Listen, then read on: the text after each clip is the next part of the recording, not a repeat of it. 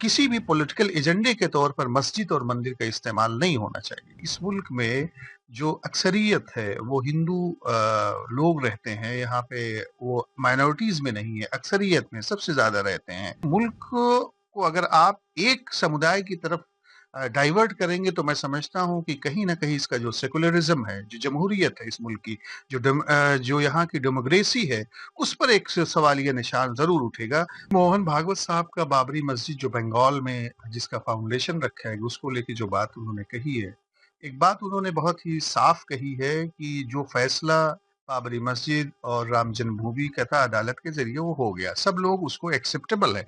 लेकिन इसको कोई भी अगर पार्टी का आदमी, कोई भी आदमी इसको पॉलिटिकल व्यू दे के इस्तेमाल करे तो मैं समझता हूँ इससे समाज में गलत धारणा पैदा होगी, गलत तरीके के इंटेंशंस पैदा होंगे।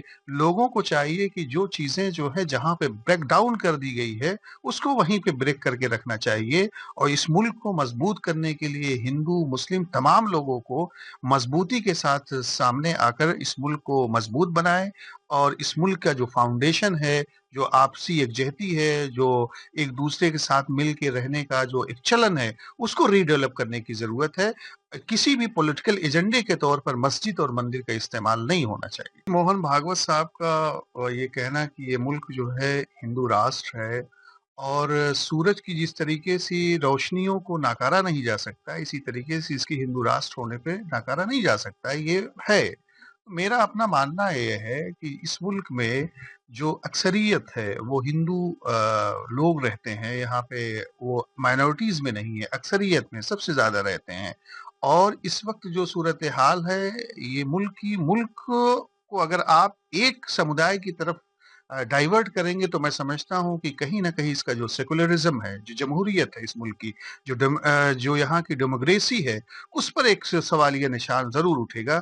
मैं समझता हूँ कि हम तमाम लोग जो है इस मुल्क में जितनी भी कम्युनिटीज रहते हैं, हिंदू, मुस्लिम, सिख, ईसाई, जैन, पारसी, तमाम के तमाम लोग भारतीय हैं। और भारत की भारतीयता को मजबूत करना तमाम लोगों की जिम्मेदारी है। और जब भी भारत पे कभी कोई आ जाए तो तमाम कम्युनिटीज को सामने आकर इस मुल्क को प्रोटेक्ट करना, इसको आत्मनिर्भर बनाना, इसको विश्व गुरु बनाना तमाम लोगों की जिम्मेदारी बनी जाती है। मोहन भागवत साहब का ये कहना कि तमाम हिंदुओं को संगठित रहना चाहिए, और मैं समझता हूँ कि होना भी चाहिए। जहाँ पे लोग अल्पसंख्यक में हो, माइनॉरिटीज में हो, अकलियत में हो, वहाँ के लोगों को मुत्तहिद रह के अपनी बात को मजबूती के साथ सरकार के सामने रखना चाहिए और उन लोगों का मुकाबला भी करना चाहिए। लेकिन सरकार की ये जिम्मेदारी बनती है कि यहाँ का जो मुसलमान है, यहाँ का जो बुद्धिजीवी है इस मुल्क का, वो बांग्लादेश की सूरत हाल पर बहुत चिंताजनक है।